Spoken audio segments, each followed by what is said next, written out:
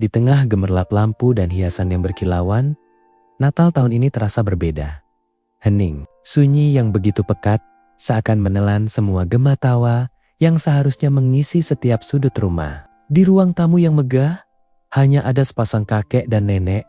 Pandangan mereka kosong menatap pohon Natal yang berdiri anggun. Sementara meja makan yang tertata rapi hanya ditemani kerse-kersi yang tak berpenghuni. Kehangatan yang dinanti seolah enggan singgah, tergantikan oleh rindu yang menyesakkan. Untuk mengusir sepi, sang nenek perlahan membuka album foto tua yang usang. Setiap lembarnya adalah jendela menuju masa lalu. Kilas balik ke perayaan Natal tahan-tahan sebelumnya berkelebat di benak mereka. Tawa riang anak-anak, suara canda yang ramai, dan kehangatan pelukan keluarga yang erat. Kenangan itu begitu hidup, seolah baru terjadi kemarin. Mereka tersenyum getir, merindukan momen-momen berharga yang kini hanya bisa dikenang lewat potret bisu. Saat jarak terasa begitu kejam memisahkan, tiba-tiba keheningan itu pecah.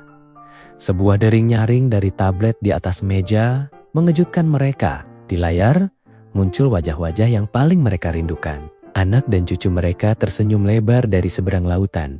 Serempak mengucapkan, "Selamat Natal, Eyang." Teknologi telah berhasil menjembatani jarak yang membentang, membawa kehangatan yang hilang kembali ke dalam rumah. Air mata haru tak terbendung, mengubah sunyi menjadi syahdu. Setelah panggilan video berakhir, suasana rumah tak lagi sama. Udara dingin telah berganti menjadi kehangatan yang menenangkan.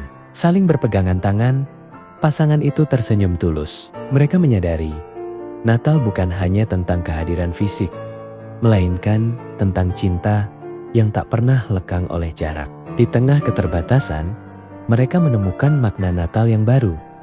Sebuah perayaan cinta, syukur, dan harapan yang terhubung oleh hati, meski terpisah oleh ribuan kilometer.